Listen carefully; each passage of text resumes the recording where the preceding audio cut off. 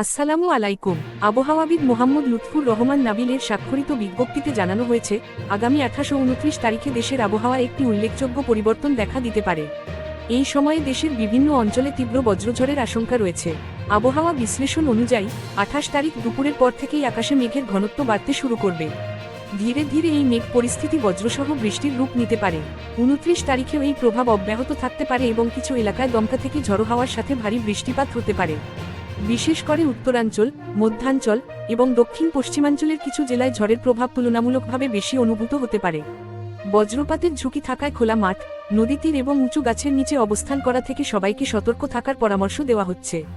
এছাড়াও জরুরি প্রয়োজন ছাড়া এই সময়ে অপ্রয়োজনে বাইরে বের না হওয়ার জন্য বিশেষভাবে অনুরোধ করা হচ্ছে। নদীপথে চলাচলকারীদের অতিরিক্ত সতর্ক অবলম্বন করতে বলা হয়েছে। আবহাওয়া পরিস্থিতি দ্রুত পরিবর্তনশীল হতে পারে, তাই সবাইকে নিয়মিত আপডেট অনুসরণ করার অনুরোধ জানানো হচ্ছে। লাইক, কমেন্ট, শেয়ার করতে ভুলবেন না। আর এমন গুরুত্বপূর্ণ আবহাওয়ার আপডেট সবার আগে পেতে আমাদের চ্যানেলটি অবশ্যই সাবস্ক্রাইব করে পাশে থাকুন।